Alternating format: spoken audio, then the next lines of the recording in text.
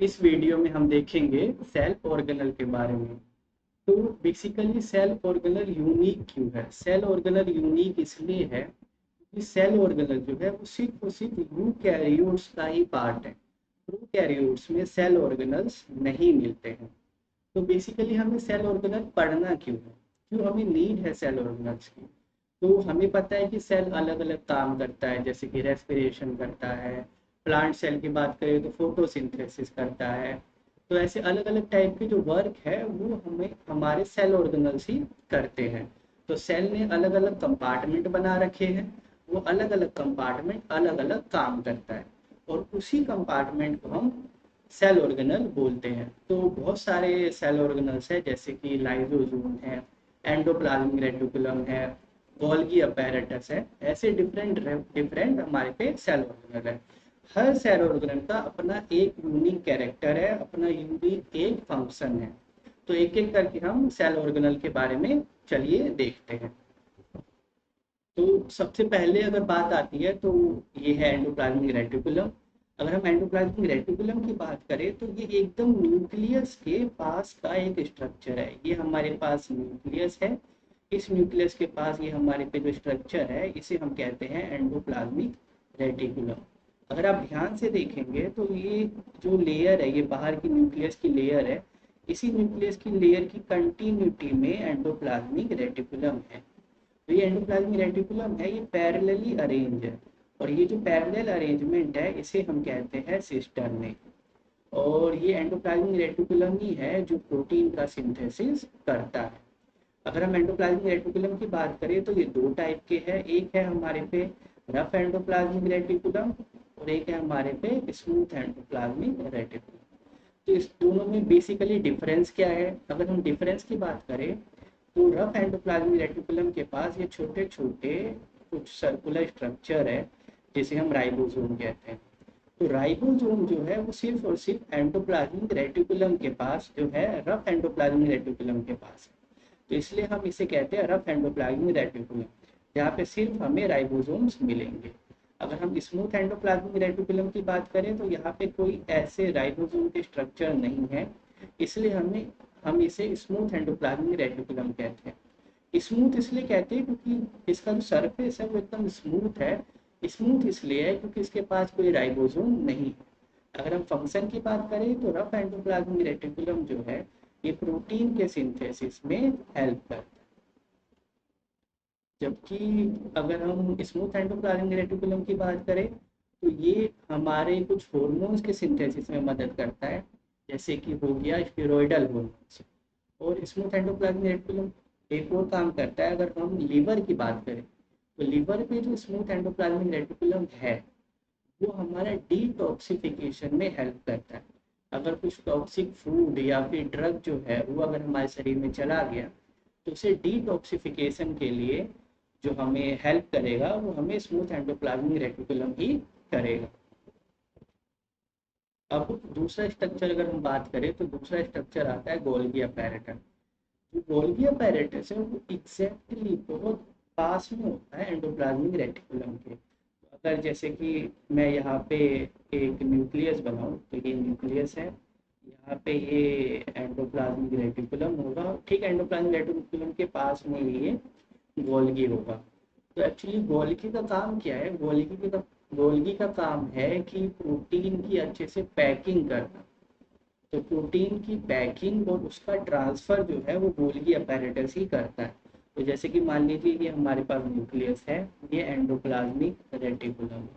तो न्यूक्लियस ने कुछ प्रोटीन्स बनाए, एंडोप्लाज्मिक रेटिकुलम ने भी कुछ प्रोटीन बनाए। अब ये एंडोप्लाज्मिक रेटिकुलम क्या करेगा? इस प्रोटीन को गोल्गी के पास ट्रांसफर कर देगा। और ये गोल्गी जो है इस प्रोटीन को लेगा। इस प्रोटीन को लेने के बाद यहाँ पे ये कुछ मॉडिफिकेशन करेगा प्रोटीन की। कुछ मॉडिफिकेशन करने के बाद, प्रॉपर पैकिंग करने के बाद ये प्रोटीन को ट्रांसफर कर देगा। अब या तो ये प्रोटीन को यहाँ पे साइटोप्लाज्म होगा, या तो ये साइटोप्लाज्म में ट्रांसफर कर देगा और या तो ये सेल मेम्ब्रेन के बाहर ट्रांसफर कर देगा। गोल्गी अपैरेटस का एक और काम है कि गोल्गी अपैरेटस जो है ये लाइसोसोम को भी बनाने में हेल्प करता है।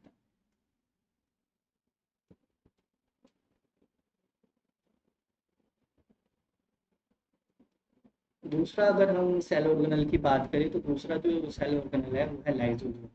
लाइसोसोम का एक अलग कैरेक्टर ये है कि लाइसोसोम जो है सिंगल मेम्ब्रेन बाउंड ऑर्गेनल है, डबल मेम्ब्रेन बाउंड ऑर्गेनल नहीं है। इसका काम क्या है? साफ सफाई करना। मतलब ये कि जो भी प्रोटीन है, जो वेस्ट प्रोटीन है, वेस्ट कार्बोहाइड्रेट है, वेस्ट लिपिड है, ये सब उसको डाइजेस्ट कर लेता है। जैसे कि लिपिड्स हो गए, कार्बोहाइड्रेट हो गए, कार्ब्स हो गए, प्रोटीन्स हो गए, जिसकी अब जरूरत नहीं है, ये फंक्शनल नहीं है या फिर ये खराब वाले प्रोडक्ट्स है, इसको ये डाइजेशन में हेल्प करेगा। इसके पास प्रोटियोलिटिक एंजाइम्स है, कार्बोहाइड्रेट डिग्रेडिंग एंजाइम्स है, और लाइपेजेस है जो लिपिड को डाइजेस्ट करते हैं। ऐसे इनके पास एंजाइम्स है और ये इस सब को डाइजेस्ट कर देगा। और लाइसोसोम को हम suicidal bag of the cell भी बोलते हैं, क्योंकि लाइसोसोम क्या करता है, अगर जरूरत पड़ी या फिर इस लाइसोसोम की अगर डेज आ गई, डेथ का टाइम आ गया, तो फिर ये लाइसोसोम खुद को भी डिग्रेड कर ले। ये खुद को भी डिग्रेड करने में हिचकिचाएगा नहीं, तो इसलिए हम इसे suicidal bag of the cell भी बोलते हैं। अगला जो हमारे पे सेल ऑर्गेनल है वो है माइटोकॉन्ड्रिया। अगर माइटोकॉन्ड्रिया की बात करें तो ये double membrane bound cell organelle है। अगर हम माइटोकॉन्ड्रिया का स्ट्रक्चर बनाए तो माइटोकॉन्ड्रिया के पास दो लेयर है। ये एक है आउटर लेयर और ये एक है इनर लेयर।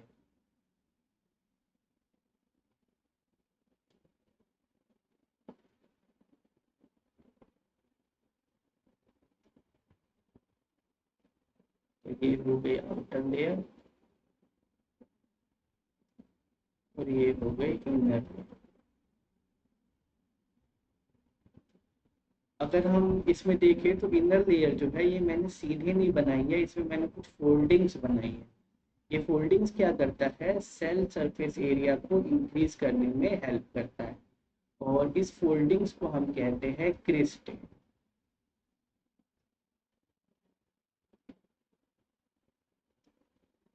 और यहाँ पे जो लिक्विड फील्ड कैविटी है इनर सरफेस में, इसे हम कहते हैं मैट्रिक्स।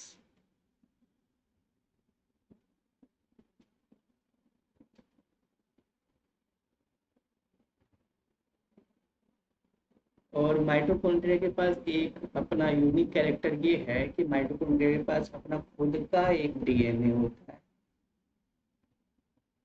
और खुद के इसके पास राइबोसोम्स होते हैं।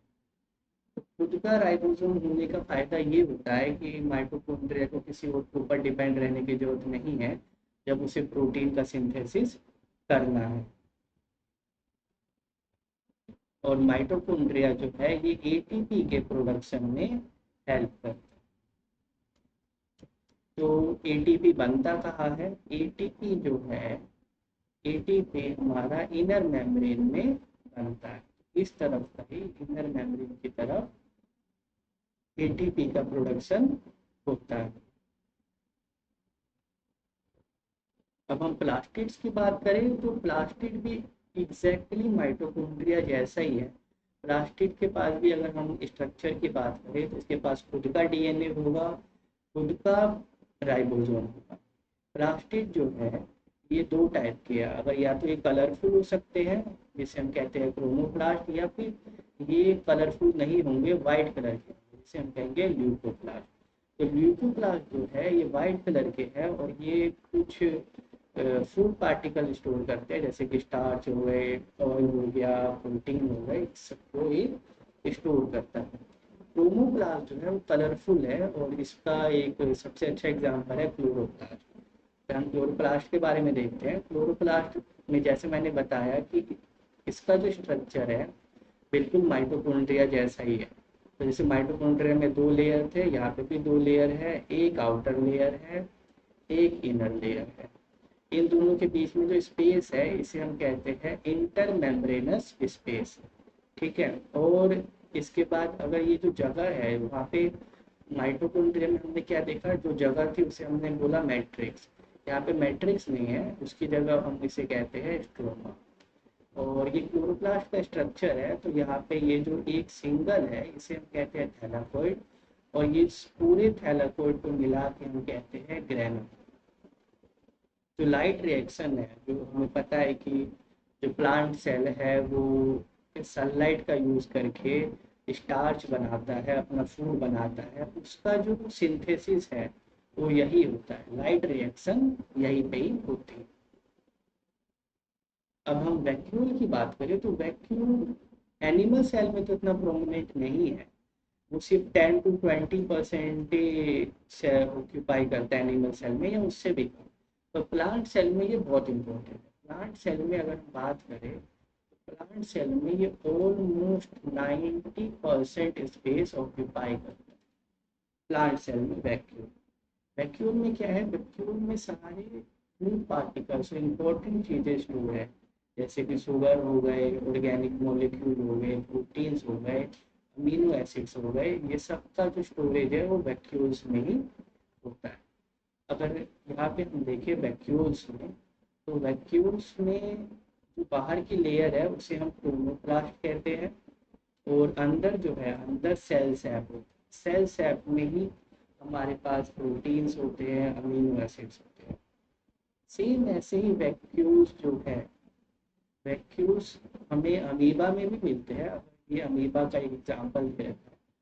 अमीबा में फूड वैक्यूल मिलेंगे, नॉर्मल वैक्यूल नहीं मिलेगा, इसमें हमें फूड वैक्यूल मिलेगा। तो क्या होता है, जैसे कि ये है, ये इसका एक फूड है, इसे खाएगा, तो जैसे ही इसे खाएगा, खाने के बाद जब ये इसे बाहर से एक स्ट्रक्चर से एनगल्फ कर देगा, एनक्लोज कर देगा, उसे हम फूड वैक्यूल बोलेंगे।